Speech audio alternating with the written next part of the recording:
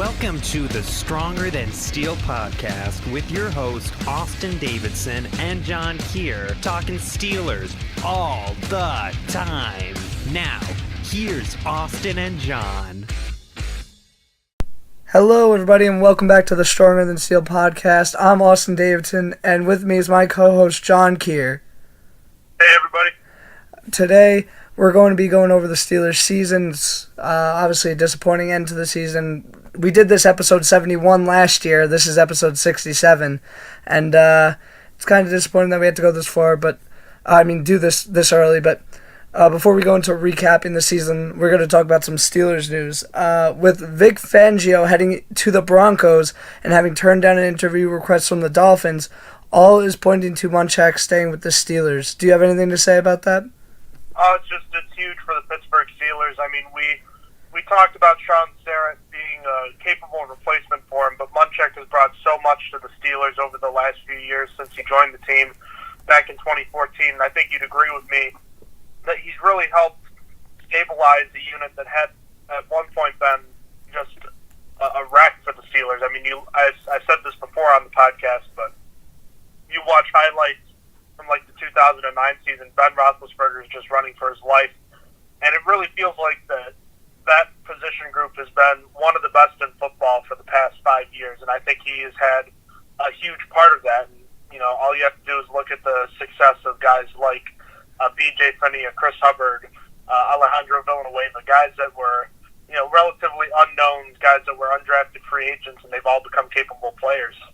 Yeah, I couldn't agree more. It's kind of sad that I was rooting for him to not get a job. I did want him to be successful and do what he wanted, but it's just so nice to have him back in Pittsburgh. But moving on, the Steelers have signed tight end Kevin Rader and defensive end Connor Sheehy. I don't know how to say that name actually, to future contracts. Kevin Rader was an undrafted free agent rookie at a Youngstown State, the same as Damone Patterson, and he spent time with the Packers. He got cut in the preseason of this past season. And then Connor was also an undrafted free agent rookie, but out of Wisconsin. But he also spent time with the Packers, but was cut at the end of training camp. Then for NFL news, we just a bunch of head coaching hires. We'll run through them quickly. Bruce Arians has been hired as the Tampa Bay Bucs' new head coach.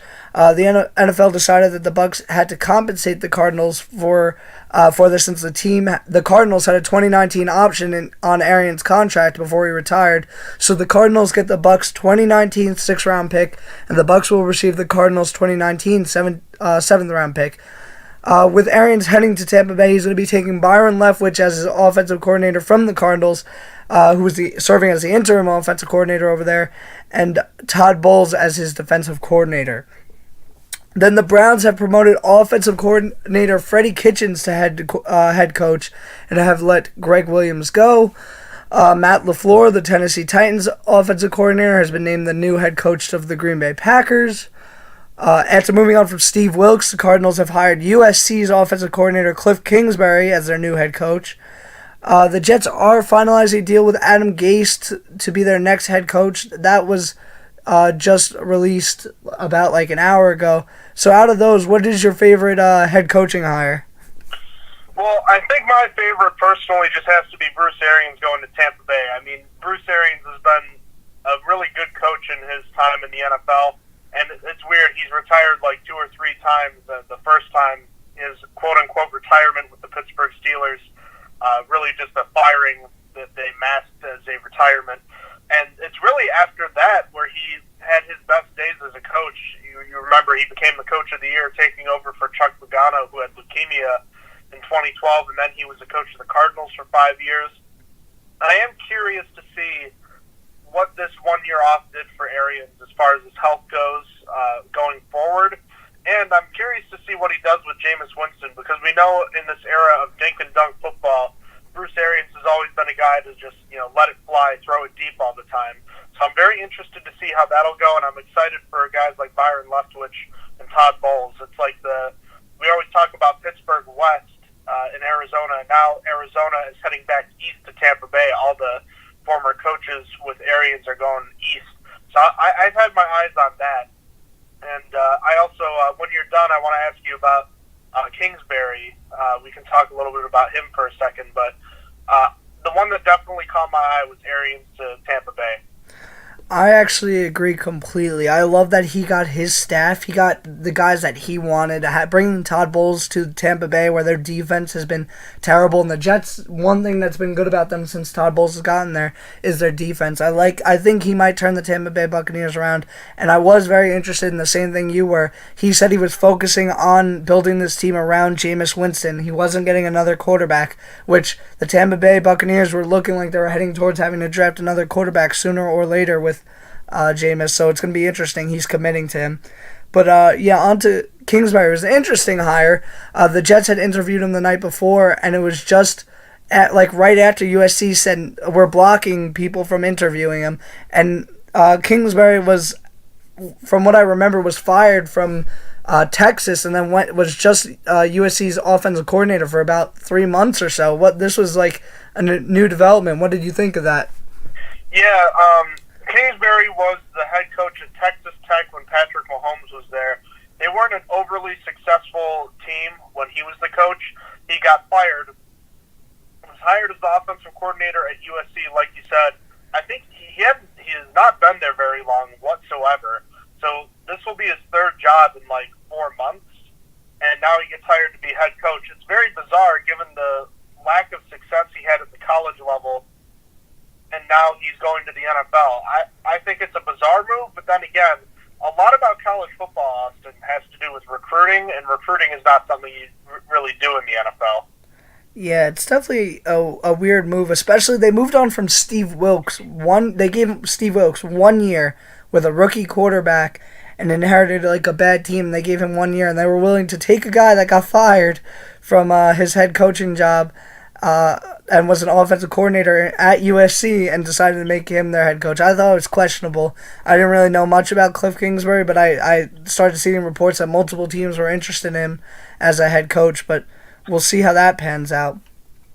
But moving on, speaking of college football, Clemson defeated Alabama in the 2019 College Football National Championship game 44-16. Both teams are 55-4 over the last 4 seasons, with 2 losses coming to each other, and 1 loss from Clemson came from Pitt. But a 19-year-old freshman Clemson quarterback Trevor Lawrence is already thought to be a generational quarterback prospect. There have been talks about him going to the XFL or AAFL instead of continuing with college football so he could be paid. What are your thoughts on these moves? Well, this is interesting. It was first brought up on Pro Football Talk by Mike Florio, and I was thinking about it because, the typical route for a young player is to go to college, and that's kind of the pipeline to the NFL. And to get through college, to be pro eligible, you need to be at a college for 3 seasons. So that would mean freshman, sophomore, or junior season, or you have a redshirt season and then your redshirt freshman and redshirt sophomore season. So you need to be there at least 3 years. And this is an interesting way of circumventing that because we know college athletes, they still get paid, but they're not supposed to get paid. And this would be an interesting way for a guy like Lawrence to start working on his brand at this age, theoretically, if he did it next year. I think it could be very interesting. I'm not saying it would happen, but I think it could theoretically change the landscape of how we look at younger prospects because there isn't an age limit necessarily for these players in these different leagues. What would you think about the possibility of college football stars going just so that they could start making some money before they become pro football eligible?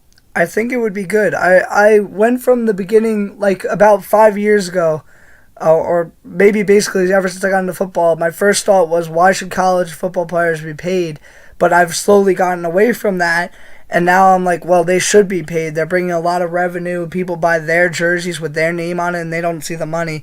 And they don't have time to work a job while they're in college because they're dedicating their life to football.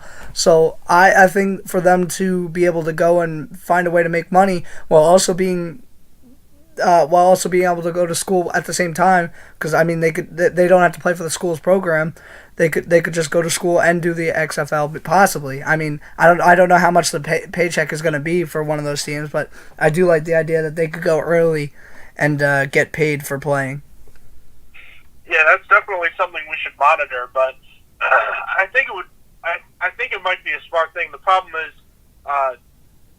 how many how many kids are going to go, and how many superstars like Trevor Lawrence is supposed to be. You'd need a good amount of them to go before the NCAA might change its stance, because as we know, they've dug in their heels as far as not paying college athletes goes.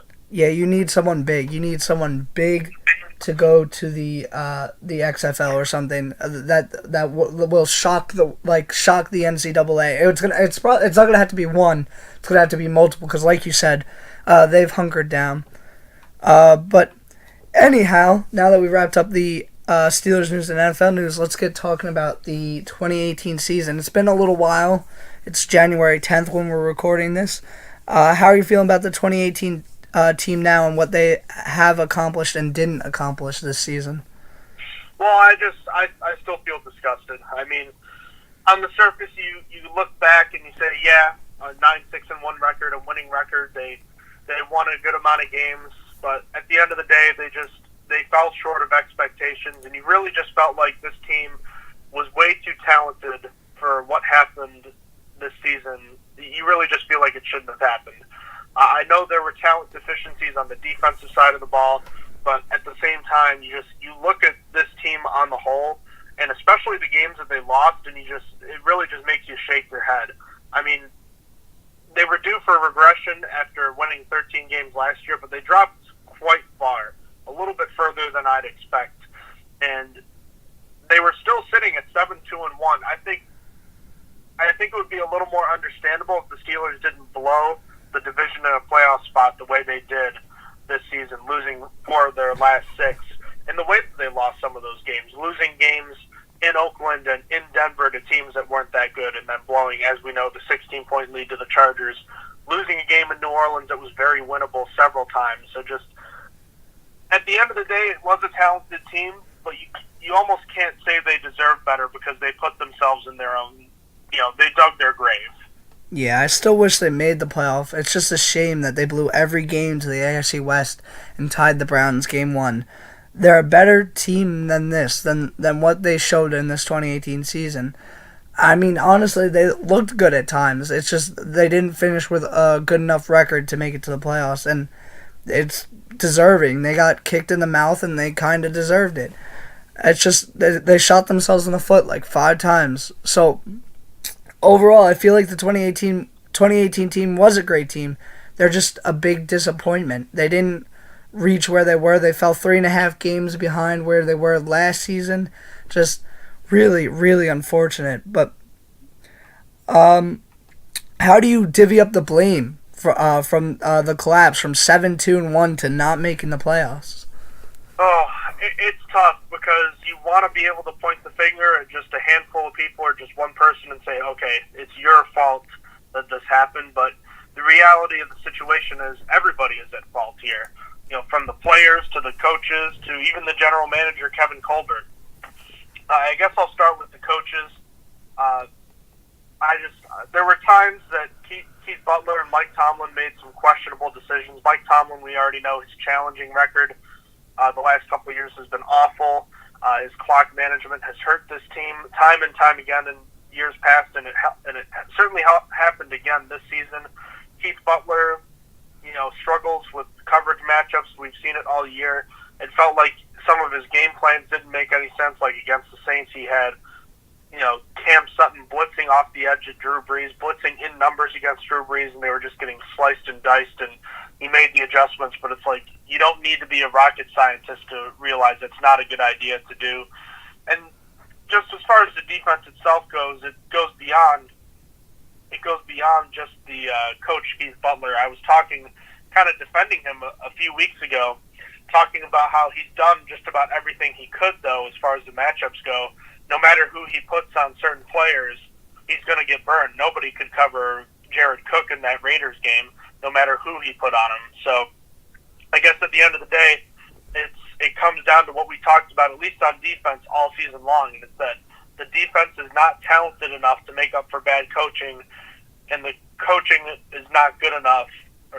Sorry, I had that backwards. But the point I'm trying to get across is they perfect enough or good enough to help each other.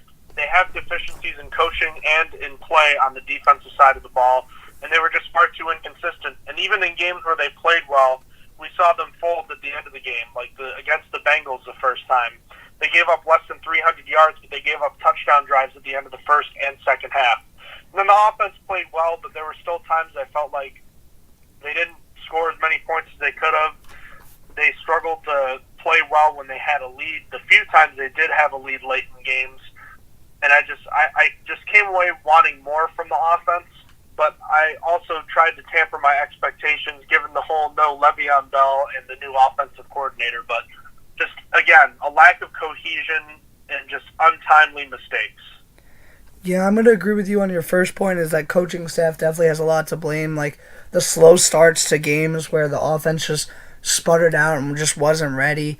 And then some of it, like you said, some of it is on players. There's just some guys that aren't talented, like on the defensive side, that they don't have the speed or the ball hawks on the defensive side to bail out mistakes. And that's part of the problem with the 2018 Pittsburgh Steelers. They couldn't force turnovers, and that's not really on the coaching staff. That's more on the scouts, and that's more on just the actual players. It's like that the Steelers don't have a defensive ball hawk to force these turnovers. So if they're making mistakes, the defense is not going to bail them out in that way. The defense might get a stop, defense might get a sack, but after that sack, because of the poor coaching, that sack is just going to be turned into a first down the next play. We saw that several times this year.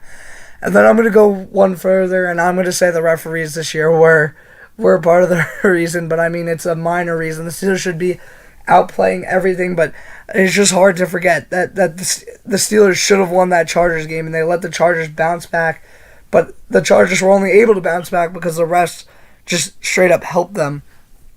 It just hurts. It is part of the reason, but it's not the entire reason or even close to the major reason why the Steelers lost. The Steelers should have been able to win that game even if the refs gave them 28 points. The offense just sputtered in that game. It was just absolutely terrible. But just like last year, we're going to do our player evaluations. We're going to give sort of our expectation for them, and really that's it. And we're starting with the quarterbacks. The quarterbacks that got meaningful snaps are Ben Roethlisberger and Josh Dobbs. We're not going to be talking about Mason Rudolph or guys who saw really any snaps, but I think we could both say our expectations were pretty high for Ben Roethlisberger. So, what do you think of the result, and what grade do you give him? Well, real quickly, I'll just touch on Josh Dobbs. He only threw 12 passes this year. One of them was picked off. He had that great throw against the Ravens, but was predictably, he looked like a backup quarterback in his limited action this year. Ben Roethlisberger had kind of an interesting season, Austin, and I know you'd agree with me on that, because on the surface, it looks like he was great. He threw 34 touchdowns. He had 5,000 passing yards, career highs in that mark. He really was throwing the ball all over the yard. And, you look at his quarterback rating, or QBR rather, it's at 73. He was only sacked 24 times. He did throw 16 interceptions, which led the league, but that's the lowest number of leading interceptions that we've seen in years. We haven't seen that few league-leading interceptions in a long time. So even though he threw a lot of interceptions, it wasn't a lot that we've seen in the past. So, he had 23 back in 2006. So, even with all those interceptions, you can kind of look past it, and his interception percentage is actually below his career average, I believe. I'll have to double-check that in a moment, but you look throughout his career, and he has a little bit higher of an interception. Yeah, it's a little bit higher of an interception percentage than most quarterbacks. But yeah, this year his interception percentage was under his career average. So he technically was better at taking care of the football when it comes to throwing it than we typically see. The problem is he threw the ball so much more. These mistakes were magnified, and he had more interceptions. I don't know.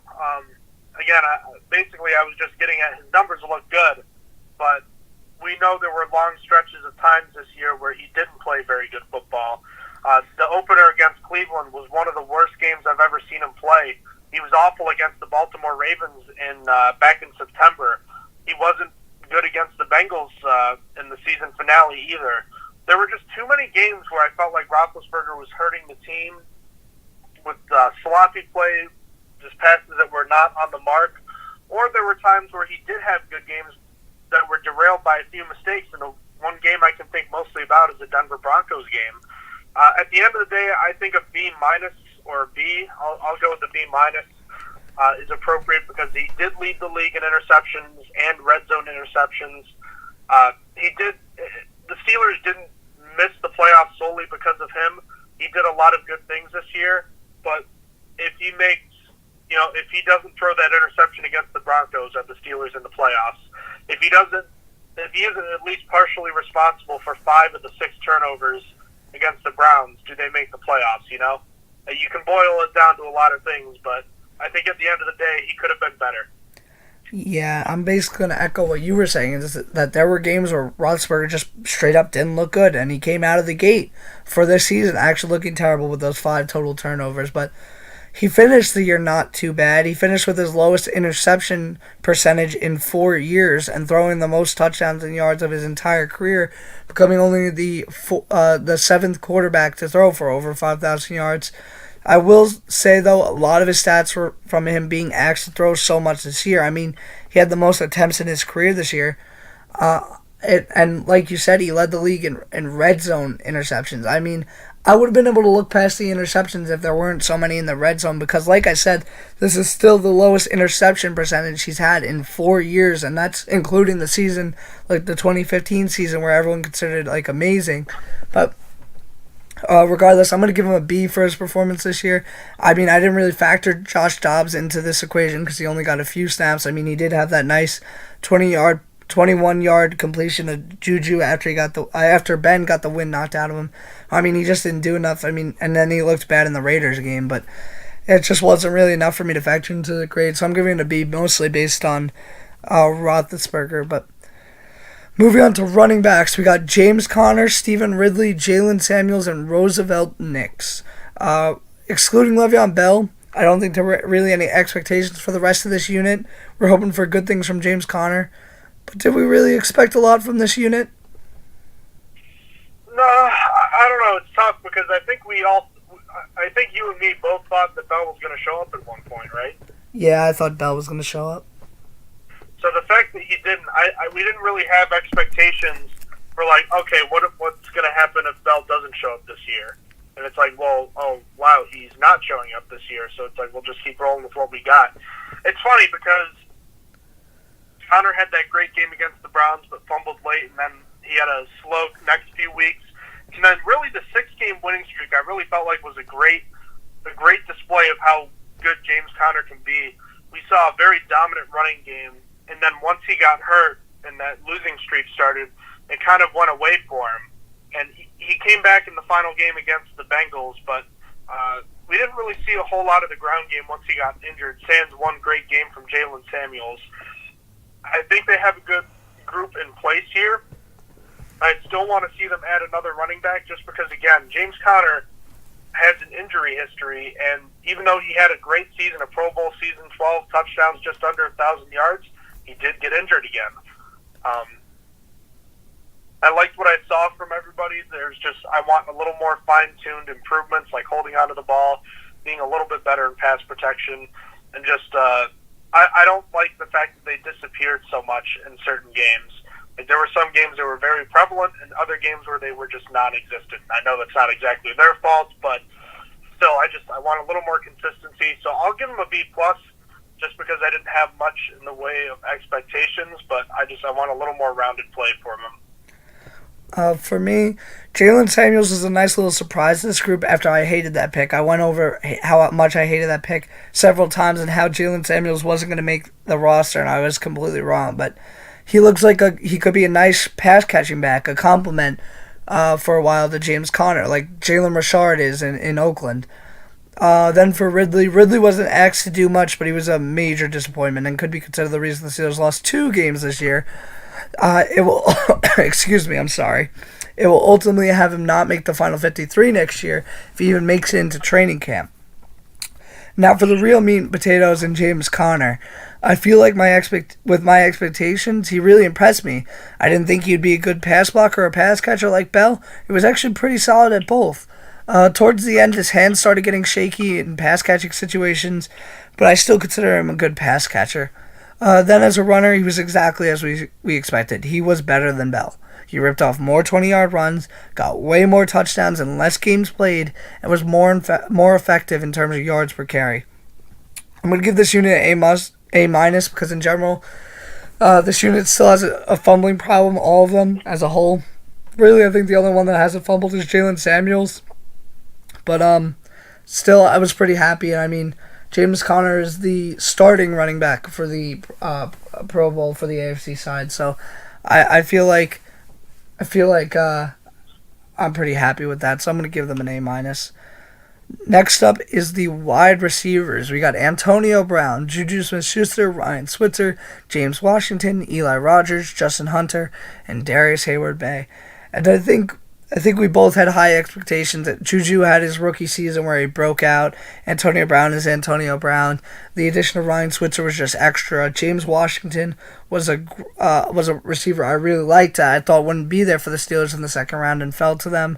And then they had Eli Rogers with question marks and Justin Hunter just being Justin Hunter. But I think we're still a little surprised by how they all did. So how do you grade them all? Well, if this were a grade based on just segmented areas like Smith-Schuster and Brown getting one segment, it'd be an A. But it's not that simple. Those two guys really performed the way I would expect them to. And even though Brown had a quote-unquote down year, he was fantastic. He led the league with 15 touchdowns, still had 104 grabs for just under 1,300 yards. There were some games he disappeared, but I felt more often than not it was just because Smith-Schuster or another collection of players were going off, and it wasn't because Brown was just having a bad day. Roethlisberger just had more options this year than other years. Smith-Schuster was absolutely fantastic. He was great. It was good to see him continue to build off his great year. And then after that, you've got some interesting things. I had very little expectations for Ryan Switzer and Eli Rogers. Switzer, when he was traded for, I thought of him more as a special teams piece who, if he contributed at all on offense, would be gravy.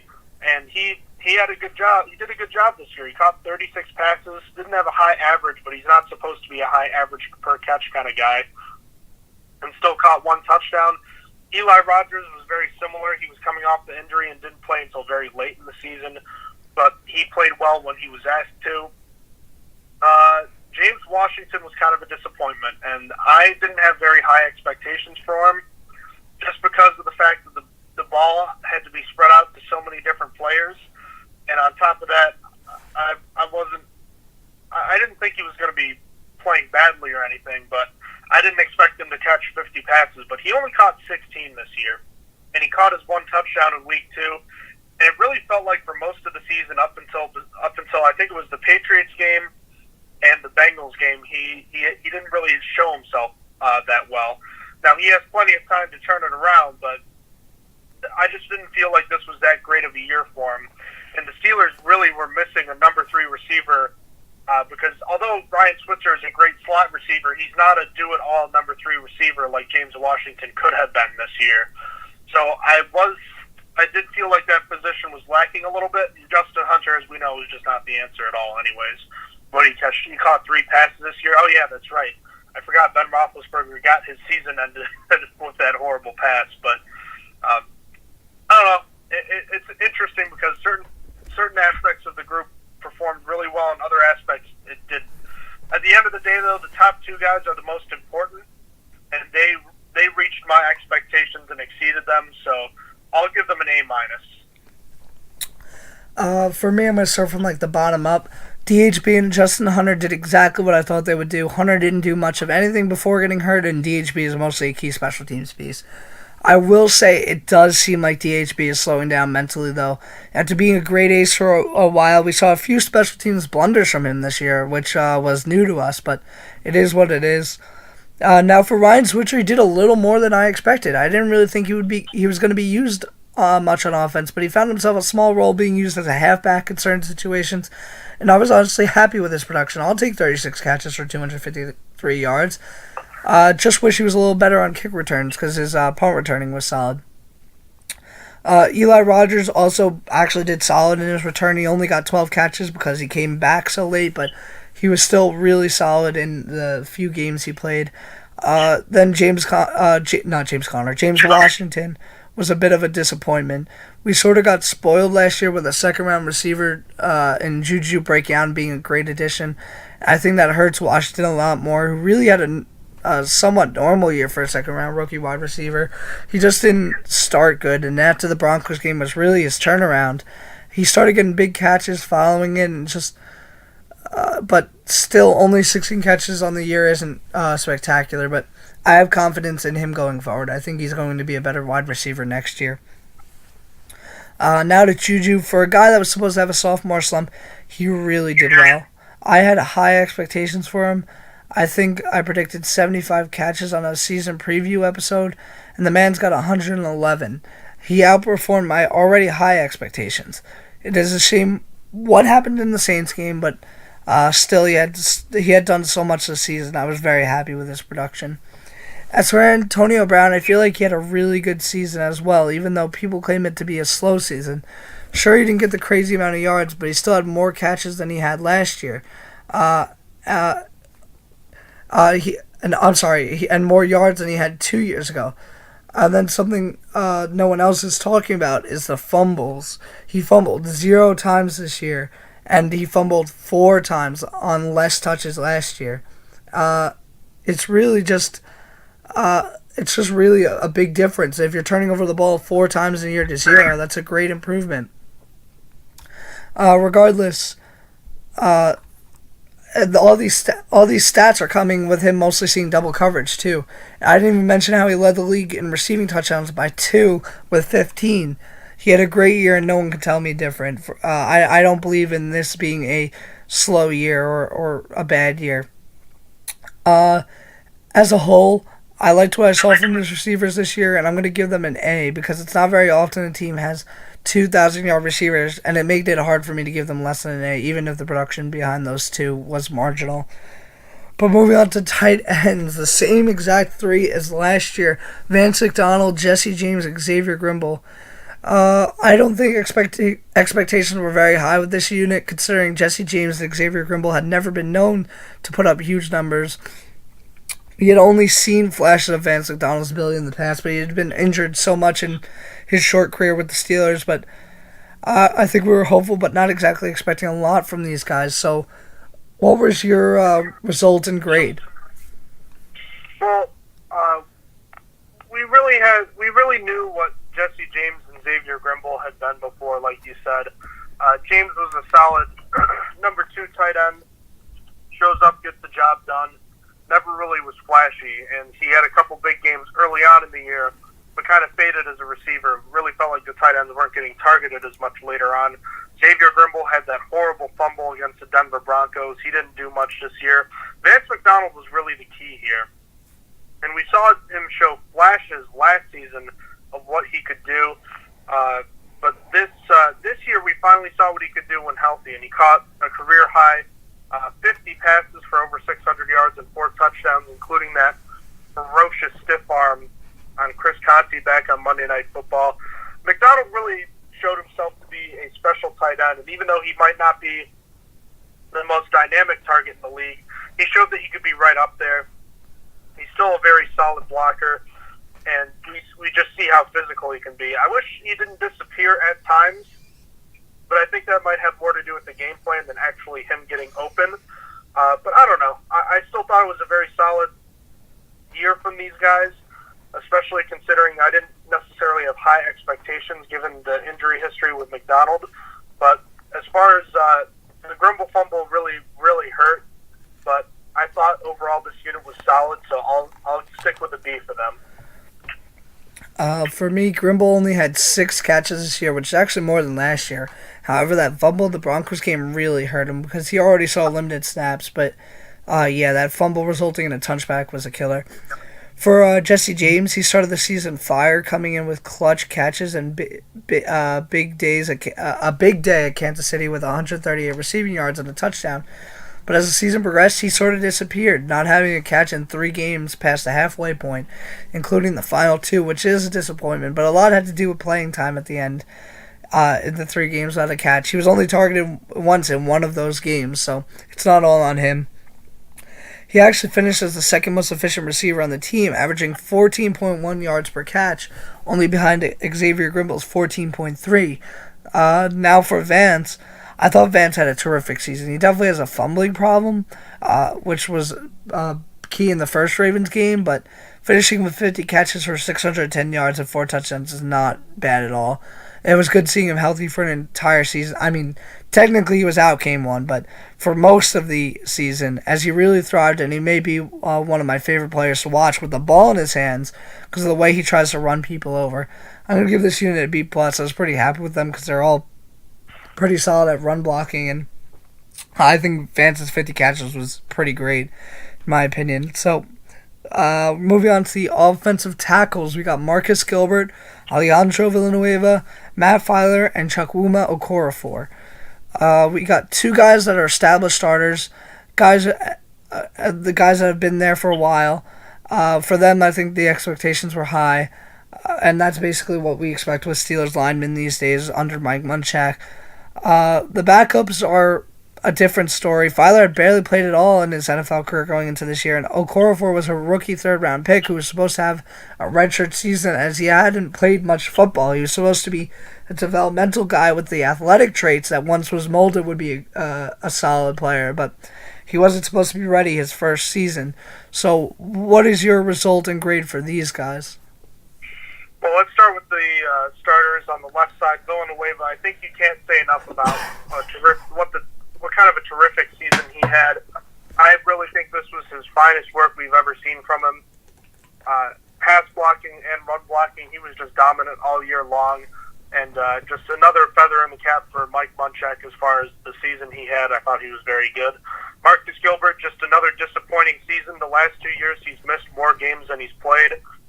And when he's healthy, he's been a really good offensive lineman, but then again, he has missed so many games. So his future with the Steelers is now in doubt, and I hope he gets kept because I know he's solid, and I always love having good offensive line depth, but what good are you if you aren't playing at all? So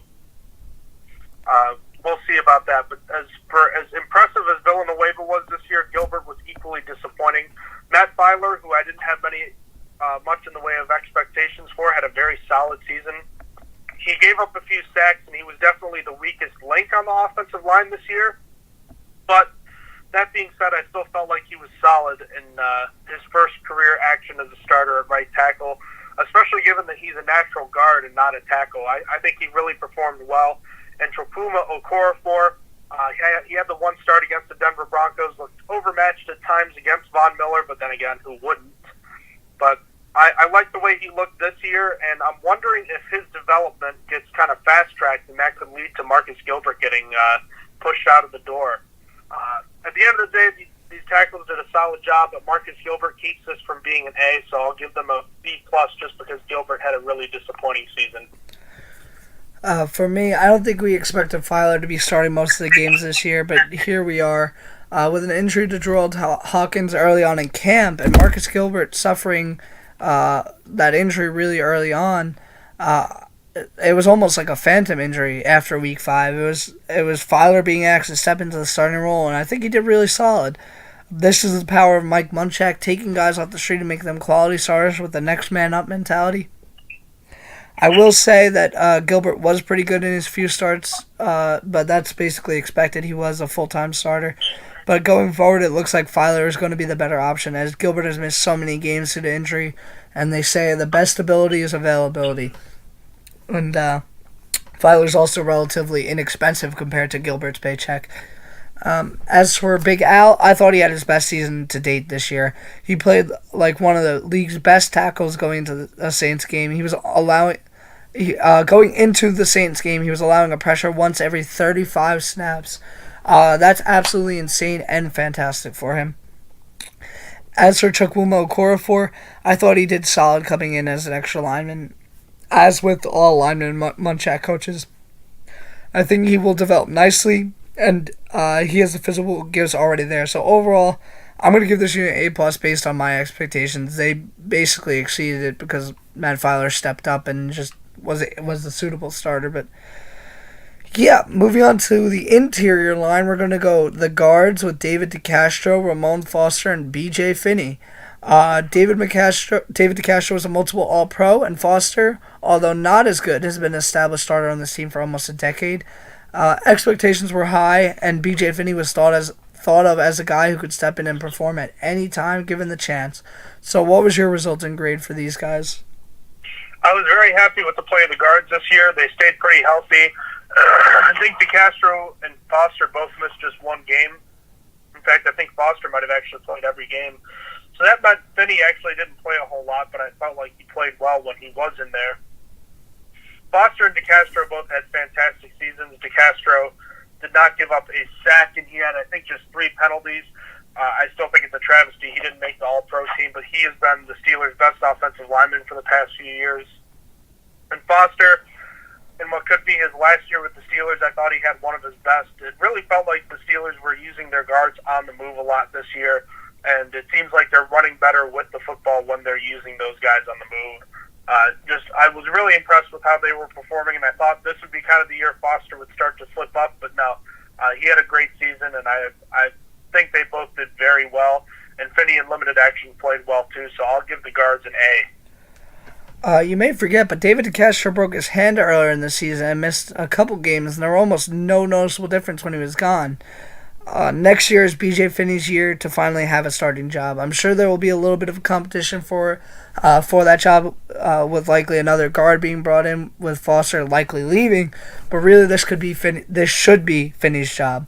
What would be interesting would be if they deemed Chukwuma Okorafor ready to be a starter and moved Filer back to his original position at guard and made a competition between Filer and Finney. But I digress.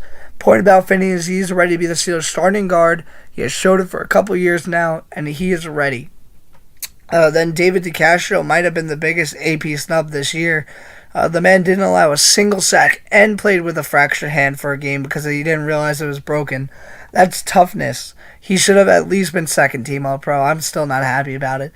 Then for Foster was likely the Steelers' weakest offensive lineman this year. It's either him or Filer, but what weakest means is just the worst of a best situation. He's still so good. It's going to be rough seeing him leave, as he was the second longest tenured Steeler, but alas, this is probably his time. He definitely had a really solid season this year, but this group basically did what I expected, so I'm going to give them an A. Moving on to centers, it's just Marquise Pouncey and B.J. Finney.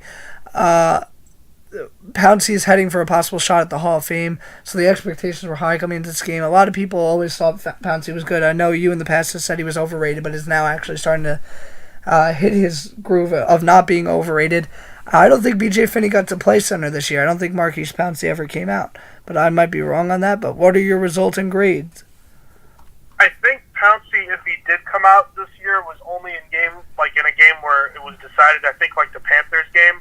But I think other than that, he played like every snap. He was very durable. And I think that's very important because you talk about Pouncey, he's had a great NFL career. He has missed most of 2 seasons, though, with ankle and knee injuries back in 2013 and 2015. They weren't sure if he was ever going to be able to play again, let alone play terrific football. The Steelers' only All-Pro selection, I had harped on Pouncey before for possibly being overrated. I think the last few years, like you said, it's kind of gone the other way, and I think he's underrated now. Pouncey's been a fantastic player, and he really anchors that offensive line. And even though he's no longer the best offensive lineman because of David DeCastro, I think he commands that unit well, and he's become a fantastic leader. And he's a great guy to have around. As long as he's around, Ben Roethlisberger will be around. So I'm very happy about that, and I think he had a terrific season. So he gets an A+. I'm going to have to agree with you. Pouncey had a great season without a doubt. He was the only Steeler to be named as an All-Pro this year, and it makes sense why. He's just so athletic for a center with his pulling, and he could get out in front and block, and it's just good pass blocker, good run blocker. He gets an A+ for being an All-Pro, even if it's second team. Moving on to the defensive side of things, we got the defensive line. Cameron Hayward, Stephon Tuitt, Javon Hargrave, Tyson Alualu, Daniel McCullers, and I don't think LT Walton was active for a game. Oh, no, he was. He was active for one or two games. I forgot. But we saw this was probably the best unit from the defense this year. Cameron Hayward was coming off a career season with 12 sacks, and although Javon Hargrave and Stephon Tuitt didn't have great seasons in 2017, Tuitt had injury problems all year, and Hargrave saw his playing time diminish significantly. Alualu, Walton, and McCullers were just depth players, so what is your result and grade for these guys? I was happy with the play of the starters this year, even though Cam Hayward kind of regressed this season compared to 2017. It's more in line with his normal career numbers that we typically see from him. And he had some bad games, but I felt like overall he was a consistent force and the best Steelers defensive lineman. Stephon Tuitt had a disappointing start, as we know, but then he really turned it up around midseason. I think he was the most dominant Steelers defensive lineman, as I've always thought that he could be. But unfortunately, an injury at midseason, you remember he missed a few games. I feel like he never got back to the level he was at after that injury, but he was still disruptive. And then Javon Hargrave had his best season ever. 6.5 sacks from a nose tackle, something we haven't seen from a Steelers nose tackle in years, something Casey Hampton never did. So Hargrave is a modern-day nose tackle, and he's been very good for the Steelers.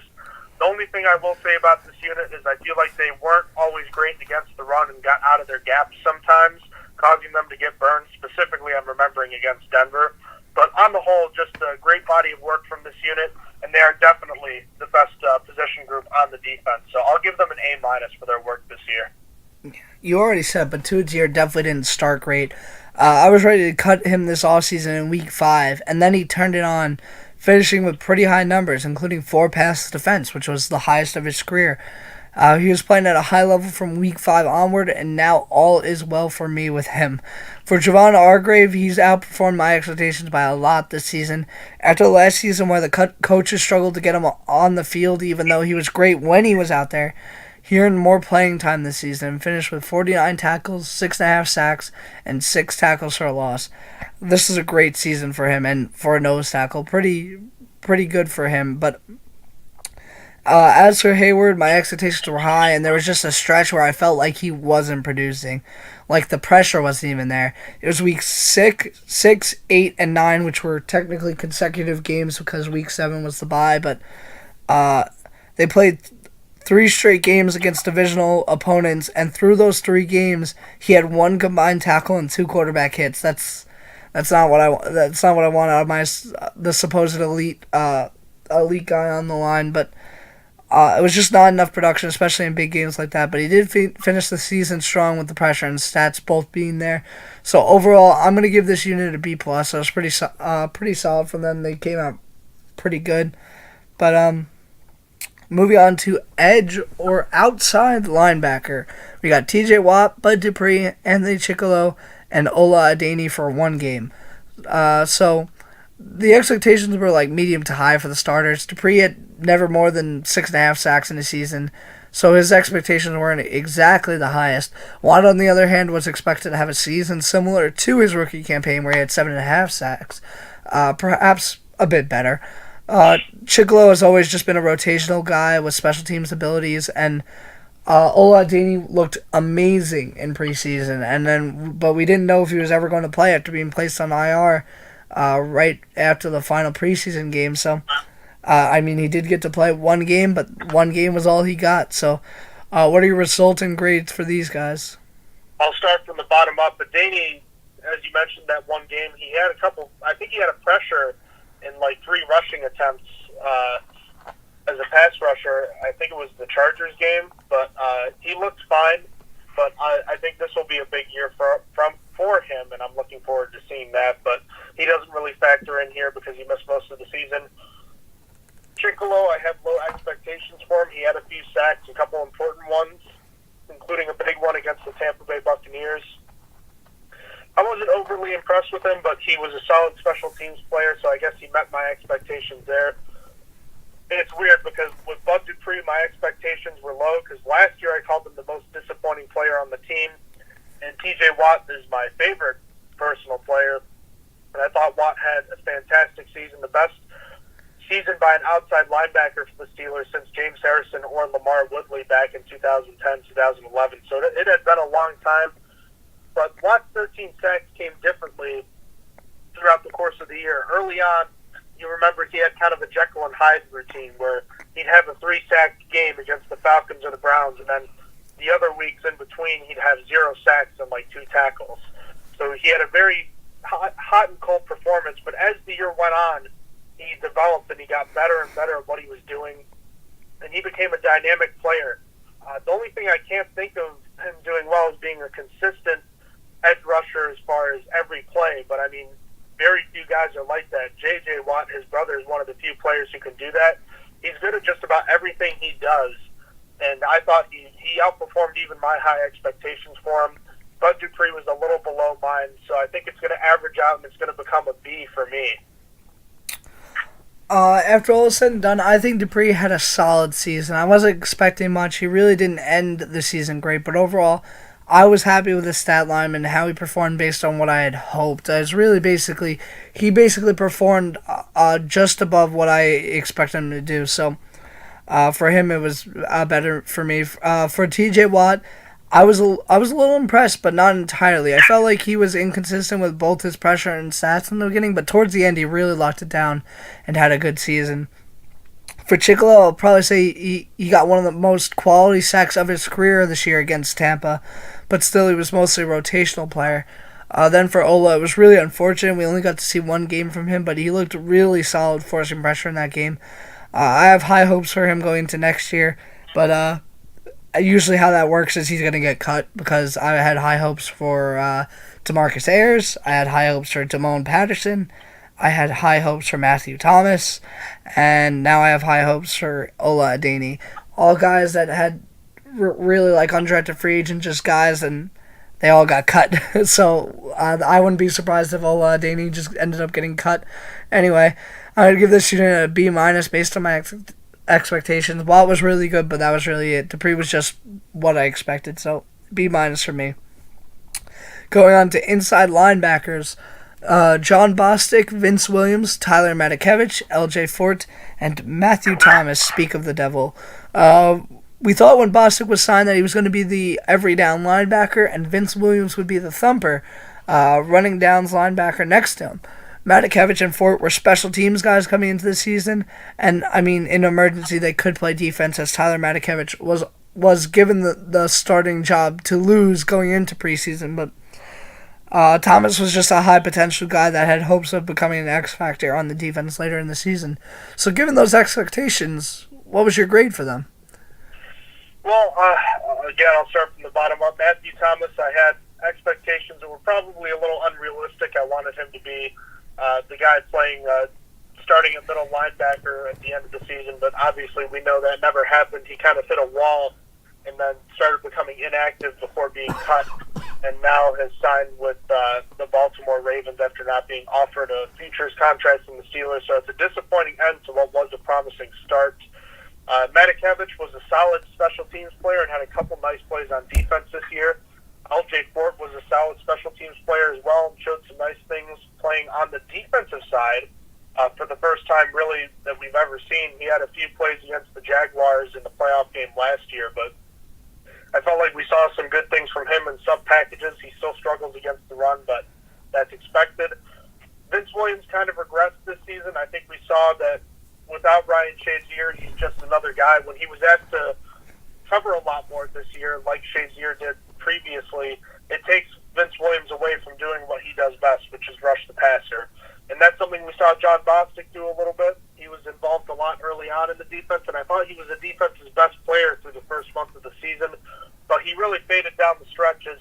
It was clear he didn't fit the defense for what they needed when they were facing teams that were spreading the ball out. So at the end of the day, Austin, we talked about this unit just needing more athletes and a better – we needed it to be addressed in the draft, and it wasn't. And at the end of the day, it hurt this team. They didn't have a ton of talent, and I didn't have high expectations but they also didn't really impress me at all either. So I guess I'm going to default to a C. For me, the Matthew Thomas situation was just a shame. He just never really got the chance, and I hope him the best going forward in Baltimore, except against the Steelers. But I thought he could have been like Shazier. As for Bostic, I was very worried after preseason. I thought both him and Matakevich sucked, and we were in for a long season. But he actually started off really, really well. He didn't finish the season as strong, but for the first half of the season, he was one of the team's best defensive players. Vince Williams was the opposite. Williams started off the season slow with not a lot of production, and Bostic being the blitzer on the inside, linebacker blitzes. He just really Vince doesn't really thrive with a guy similar to him playing next to him. He did turn it up towards the end of the season. He was the only Steeler with a pick 6 this year, but I still wanted more out of him. For Matakevich, I was a bit disappointed as well. He came off a year where he was a Pro Bowl special teamer, and this year he didn't have any of those crazy plays he made last year, like a blocked kick or anything. So he kind of was below my expectations in every regard. It was just kind of a sad season for Tyler Matakevich. As for Fort took on that role as Tyler Matakevich, and he exceeded my expectations.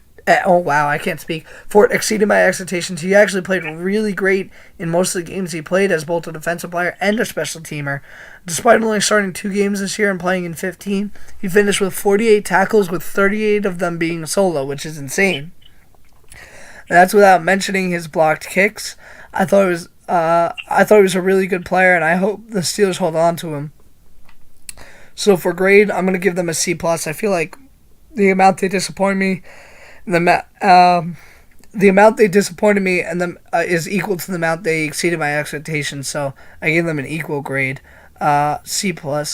Moving on to cornerbacks, we got Artie Burns, Joe Hayden, Cameron Sutton, Cody Sensabaugh, Brian Allen, and Mike Hilton. So, the expectations were that there was a lot of potential for good seasons here. Another good year from Joe Hayden was expected. Artie Burns was expected to be the starter on the other side next to him. Cameron Sutton was expected to be a contributor. Mike Hilton was expected to build off his breakout season of 2017. Brian Allen and Cody Sensabaugh were depth guys that didn't have a ton of expectations. So with that in mind, what were your grades for them going through this year? Well, I guess let's start with Cody Sensabaugh, because I didn't expect him to do a whole lot this year. And he became the regular starter for most of the season, and he didn't really do a whole lot, but he also didn't hurt you, which meant that he was serviceable enough to be a solid player on the defense. And while I don't want him to be the starter again, he certainly outperformed my low expectations. Brian Allen did not do anything this year, so he kind of failed my expectations. I was kind of hoping for a little more. Mike Hilton had kind of an up and down year. He started off kind of slow, got hot mid-season, and then had a poor ending to the season. I don't know what's with him. Maybe 2017 was an aberration, but we've seen flashes of his greatness again. So I'm hoping that he can return to his 2017 form next year. I felt like he was a little below the line of my expectations this year. I don't know what happened to Cam Sutton and Artie Burns. It's like they completely disappeared, with Burns especially. Burns just had a train wreck of a season. Everything went wrong for him, and I'm sure he's glad this season is over, because now he can focus on something else. This was a bad year for him. Cam Sutton was also it just felt like he never played, and when he did, he wasn't overly impressive. It looked like it was going to be a big year for him after that interception against the Browns in the opener, but we just never saw him again. And then Joe Hayden was right around where I expected him to be. He was the only player with multiple interceptions this year. There were a few interceptions he dropped, and there were some times he didn't look that good, but on the whole, we knew he was the Steelers' best cornerback, and that is what he was. I had higher expectations for this unit because I thought some guys would take some strides towards improving, but most of these guys regressed, so this is going to be a unit I'm going to give him a tough grade of a D+. Artie Burns just couldn't get it together, which is unfortunate. I didn't expect much else, as there was no reason for him to believe he's going to get it together, but this year was extra bad, like to the point where when he came in, it was noticeable, like in the Chargers game where Hayden was knocked out for one play, and the 2-point conversion went straight at his face. He's just not good, unfortunately. With Cody stepping in his place, originally I thought it would be a lateral move, but Sensible was actually okay, and at the end of the season, I would even go as far as saying he was playing good.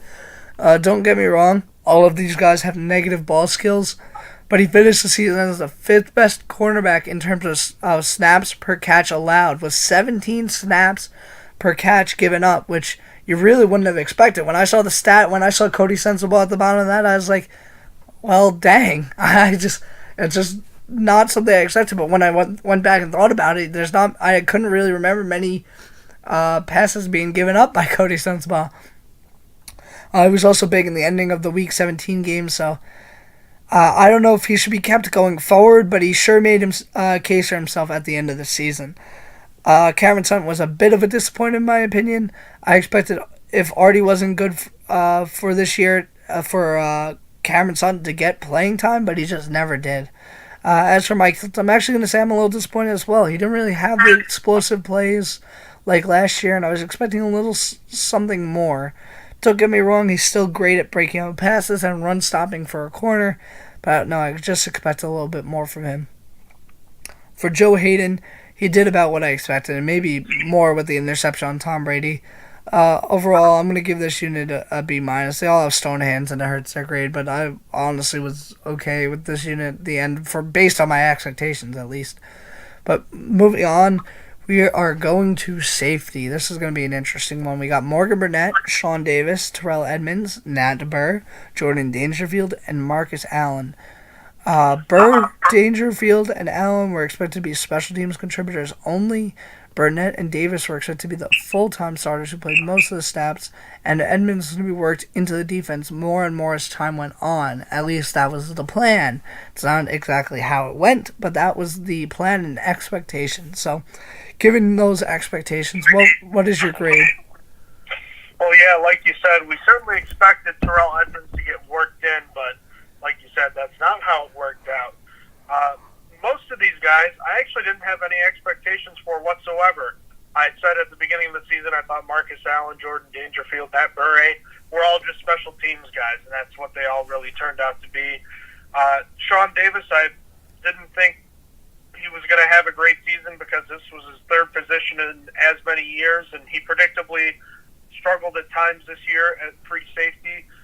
Terrell Edmonds, who we both thought he was a reach. He was forced into a lot of early playing time. He led the team in snaps this year because Morgan Burnett was routinely injured this year, and even when he did play, he didn't look that good. He had some nice plays at the end of the season, but I don't know if it'll be enough to save his job this year.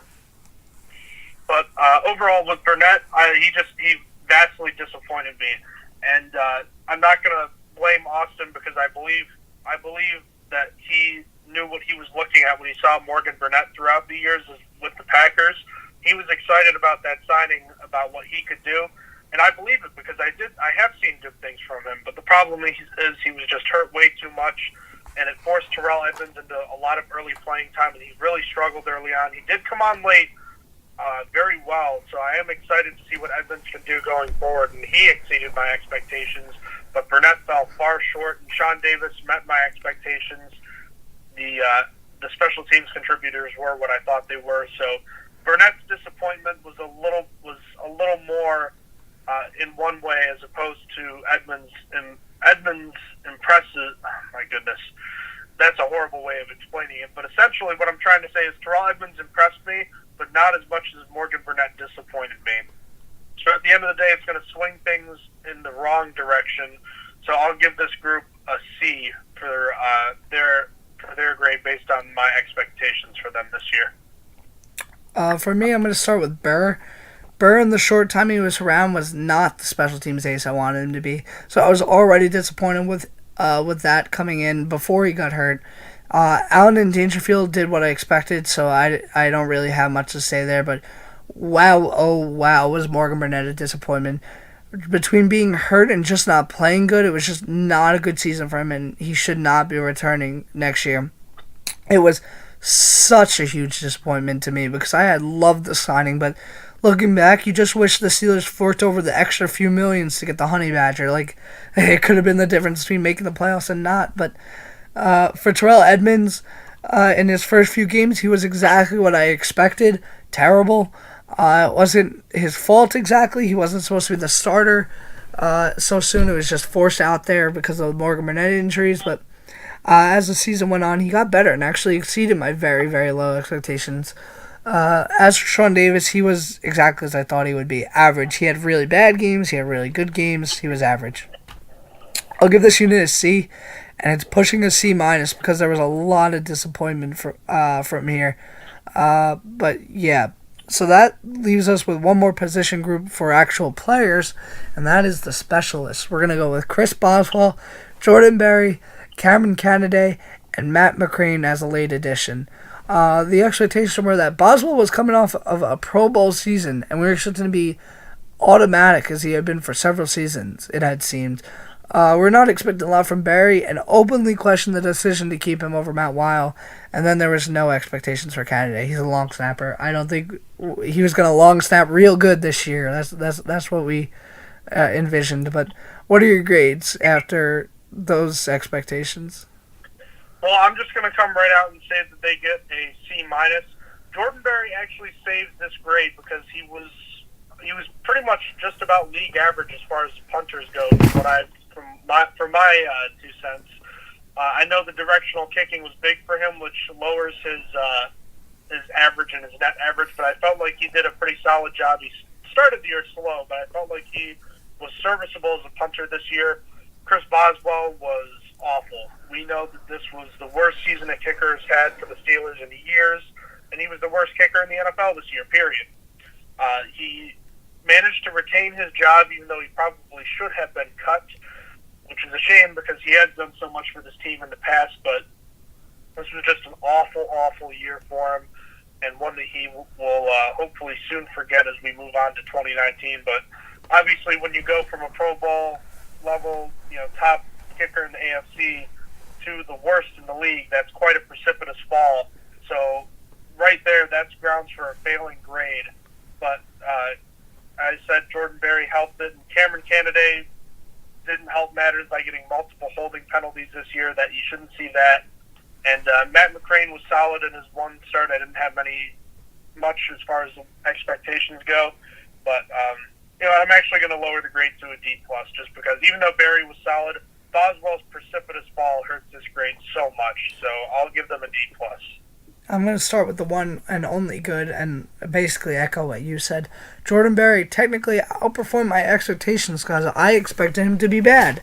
And after starting the season like hot garbage, actually finished decently. If not for the bad start, his stats would be pretty decent, actually. He's still very inconsistent, though.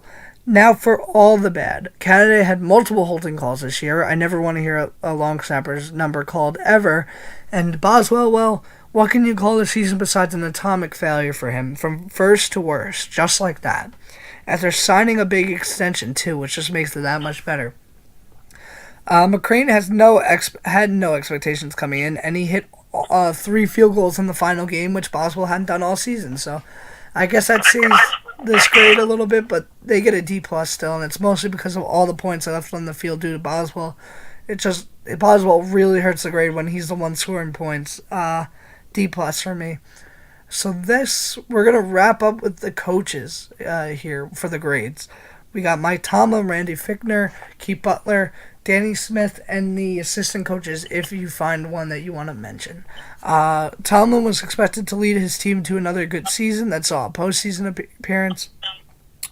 As far as how the playoffs would go, that's always a question mark with his team. Fichtner didn't have many expectations since he hadn't called plays in over a decade when he was at Memphis. Butler had low expectations when it came to coverage due to many breakdowns over the years, but high when it came to pressures and sacks, coming off a team record 56 sacks in 2017. Danny Smith didn't have a ton of expectations, but a few punt and kick blocks are always nice. Excuse me, I'm sorry, I'm sick, so I'm starting to my voice is starting to go now. But given these expectations, what were your grades? Well, let's start with Mike Tomlin. The team underachieved this year, and he's the primary overseer of that. So right there, that's a problem. So that's going to hurt the grade. grade right there. His poor challenges and poor clock management hurt this team, and questionable decisions like taking Ben Roethlisberger and keeping him out of the game against the Raiders. That was bad. Randy Fichtner, I was very impressed with him this year. Again, he hadn't called plays in a decade. And even though his offense has had slow starts, I'm willing to forgive him this year, especially when you consider the very high red zone percentage the Steelers had in scoring touchdowns this year. Under Ben Roethlisberger, we haven't seen a very high red zone percentage at all throughout his career. Some years they were good, but most of the year it was a middle-of-the-pack red zone offense. This year was elite, the best red zone touchdown unit in the league. And Fichtner, I believe, had a huge part in that. I just want to see them get to running the ball a little bit more next year, try to prevent some of those turnovers, and get a little bit better with play calling early on in the game. But I was very happy with him. Keith Butler excelled in the, forcing the pressure and getting sacks, but the coverage was an issue again. So he was pretty much at my expectations. And Danny Smith, I had low expectations for. His unit blocked a few kicks, but was probably the worst in football when it comes to specialists. And the fact that his return units were awful. They gave up a punt return touchdown. They were the most flagged unit in the league by far, not even close.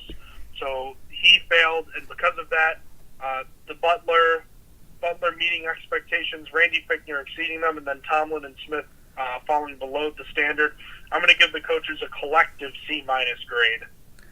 I'm going to start with the good and say Randy Fichtner did an excellent job as the offensive coach. Not many penalties led the team to have the highest red zone percentage in the NFL since the 2003 Chiefs. It's been 16 years since a team had this high of a red zone scoring percentage. That's incredible. And really not that many bad calls for him. There were times where he made a call that was essentially rolling over, but not many. I think he did fantastic his first year. And like you said, it's just really going to have to try factoring in the run a little bit more going forward. But still, fantastic for him. Now with everyone else, it's not good. Mike Tomlin hasn't won a challenge since the postseason game against Miami. 10 straight bad challenges from him. His time management is still garbage too. For Keith Butler, it was just not another good season with the coverage. I will say, though, the big plays we saw given up last year and the missed tackles didn't happen. But the stubbornness to keep using linebackers on wide receivers and not take away a team's best option was just as bad. He is still one of the best coaches in the league at scheming up blitzes, though. For Danny Smith, the season was an absolute disaster, boasting quite possibly the worst special teams unit in the league, as it was the most penalized, and there weren't many good stats to talk about when it comes to this unit. I'm waiting for him to get fired because there's no saving grace for him in my eyes. So since I had a problem with 3 of the 4 coaches, I'm going to give them a C-, and I debated lower. I was thinking about a D+. But that really wraps up our game grades. Now we just got some free agents to look at, and I guess we'll just go through this quickly. So I'm just going to rattle off some names, and you tell me if you think they're going to be gone or brought back or not. So the first one's first, Le'Veon Bell. Is he gone? It's funny. Josh Harris was talking about he wouldn't be surprised to see Bell back with the Steelers right now. Everything would surprise me now with Bell at this point if he does come back. But we've seen so many twists and turns, but I still think he's gone. I think he's gone too. I don't think there's a chance he comes back. Another running back, Stephen Ridley. Horrible year. A few touches, 2 critical fumbles. I don't see how you could bring him back. You got to bring someone else. He's gone. Gone. Same for me. Darius Hayward-Bay, special teams ace. You mentioned he was starting to slip this year. I'd bring him back to training camp, but there's no guarantee he has a roster spot next year. I think he's gone. It might be later in in preseason, but I think he is gone this year. Justin Hunter. Gone. We'll definitely agree on this. He should have been gone a while ago. Yeah, Justin Hunter's been like a waste of a roster spot for a little bit, but gone for me. Eli Rogers. I'd re-sign him to a team-friendly deal. If you can squeak 2 years out of it, I'd do that. Yeah, I think he re-signs as well. I think he's a big piece, and especially if they're trading Antonio Brown, Eli Rogers needs to stay. Jesse James. With the cap hit for Vance McDonald nearly doubling this upcoming year, I think it's going to be tough to keep James. You'd really like to, but at the end of the day, he's a number 2 tight end, 1A at best. So I think he's testing the market and heading out. I was confident that he was going to stay with the Steelers just like 3 weeks ago, but after him saying that the locker room's like the Kardashians, it just sounds like who would want to stay there. He's a quiet guy to himself. I think he's going to go try and find work somewhere else. I don't blame him, so I'm going to say gone. Ramon Foster. I wish he would come back, but I'm still leaning he's going to leave. I think there's a chance he tests the market and the Steelers can give him an offer close to what he wants on the open market, but I think he's going to try to get paid as much as he can this upcoming offseason, so I think he's on his way out. Yeah, I agree. He's gone, and he's going to Tennessee. Tyson Alualu. Not really a good pass rusher, but he's a solid run stopper. He's a good depth guy. If he's your number 5 or 6 defensive lineman, you love it, but I think he will re-sign on the cheap. I'm going to pick gone. I think the Steelers draft this position late and keep a guy there. L.T. Walton. I think he's gone. I think his time in Pittsburgh is over with. I'm going to say he resigns and then gets cut later, like when the Steelers have to trim down their roster. I think Levon Hooks or Casey Sales makes it this year instead. Daniel McCullers. Funny, he had like his best year ever, but still was massively disappointing on the whole. I think this is finally it for him. I think he resigns. The Steelers seem to be in love with him for whatever reason, so I'm going to say he resigns. L.J. Fort. Re-sign him. Please re-sign him. I want him back. He's not a great run stopper. He's not a great pass rusher, but he is an effective defensive player, and he can play special teams. Please bring him back. Yeah, blocked 2 kicks this year. I'm saying he resigns too. He should be one of the Steelers' key guys to resign this year. Anthony Chickillo. Same thing as DHB. Bring him back on a 1-year deal. He's not guaranteed a roster spot. Ola Adeni should surpass him on the defensive depth chart. I'm going to say he's gone. I say the Steelers might double dip in this position this draft, and just with them only rolling with 3 for most of this year, I think he's gone. Nat Burr. He was supposed to be a special teams guy, and he wasn't even that good at it when he was there, so I don't see how you keep him. Yep, gone. Definitely couldn't play defense, that's for sure. Jordan Berry. He comes back because there's nobody else, and the Steelers like him. Yep, I agree. If Matt Weil wasn't going to beat him out, he's going to resign, and he did pretty solid this year. So we got some restricted free agents. Xavier Grimble. I think you just placed the original round tender, which is the right of first refusal. I don't see why anyone would offer him a contract. I imagine he'll be coming back for the cheap.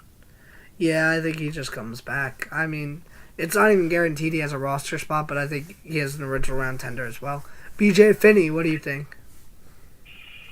It depends for me on what happens with Ramon Foster. If Foster leaves, you need to make sure you get Finney, so I think you might put a second round tender on him. If Foster does come back, I think you can get away with the right of first refusal, let a team maybe offer him a contract, and then choose whether or not you want to match it. But Finney's importance to the team is dependent on whether or not Ramon Foster is there. I'm going to say the second round tender only because I think Ramon Foster is going in. I'm pretty confident in it. But, yeah. Now we got some exclusive rights free agents, and that's Jake McGee, Joseph Cheek, Matt Filer, Keith Kelsey, Mike Hilton, Cameron Canaday, Jordan Dangerfield, and Malik Golden. What do you think of those guys? I think the Steelers signed all of them to deals, and I think there's a chance that Mike Hilton could be extended with a bigger contract, and Matt Filer as well for their efforts both this year and last year in the case of Mike Hilton. What about you? Yeah, they're definitely all re-signed, and definitely Mike Hilton's a priority with them not having many cornerbacks signed for the next 2 years, so I think that they make Mike Hilton's contract a priority. But, yeah, that really wraps it up, so really we're just going to get on our final thoughts of the 2018 season. So what are we going to be saying about the 2018 season next year or even 5 years from now? Just that it was a disappointment and that they could have been so much more. I think that's one way to look at it. A season with sky-high expectations fell well short. I am hoping, though, that we look back on this year as the one that sparked the necessary changes for this team to get back to the Super Bowl. I'll draw a quick parallel to the Pittsburgh Penguins.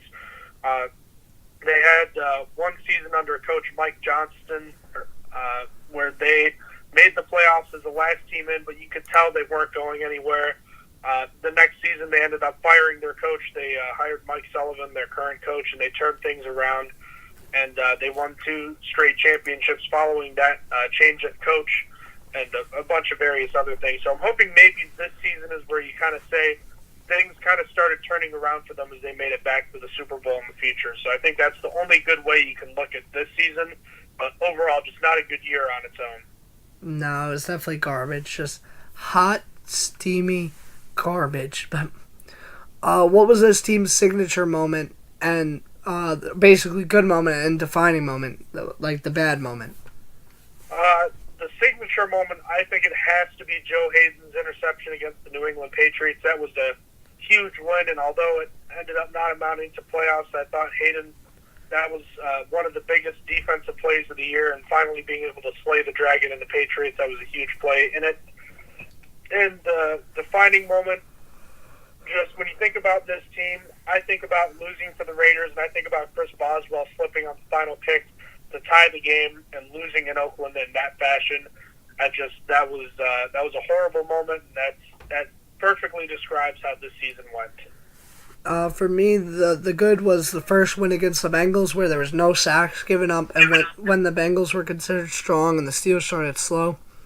Then the bad one was the loss to the Chargers. Losing to the Chargers was absolutely awful when that game should have been won several times, and Sean Davis knocked out Joe Hayden and caused a touchdown on what would have been an interception, and then let a 2-point happen because Artie Burns came in. It's just a whole lot of bad from that game. But speaking of bad, who had the worst performance this year and who had the best? Start with best because that's how we started.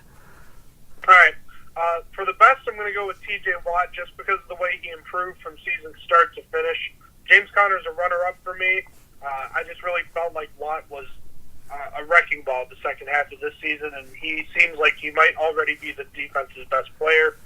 As far as the worst performance this season, I'm going to go with Artie Burns, and I know it's low-hanging fruit, but I couldn't go with Cody Sensabaugh because I felt like he was solid this year. Sean Davis was learning a new position. The inside linebacker group was bad, and we knew it. And Bud Dupree played through injuries and was still serviceable. So I'm going to have to go Artie Burns just because of how awful he really was whenever he was in there. For best season for me, I'm going to go with James Conner, with Antonio Brown being the runner-up. Had James played the entire season, he would have been voted the team MVP by far and could have had 20 rushing touchdowns. The worst had to be Boswell. He literally went from the best in the league to quite possibly the worst starter in the league. Just a bad season. But, so what changes need to happen for this team to A, go back to the playoffs, and B, go to and win a Super Bowl? Well, first thing we need to talk about is, are the Steelers trying to undergo a culture change? And we need to talk about James Saxon here in a minute, but if the Steelers are not going for a culture change and they're just going to make changes like they normally have over the past few years, it's quite simple. You just have to get more talent on the defensive side of the ball, and you have to be more consistent on offense and defense when it comes to execution.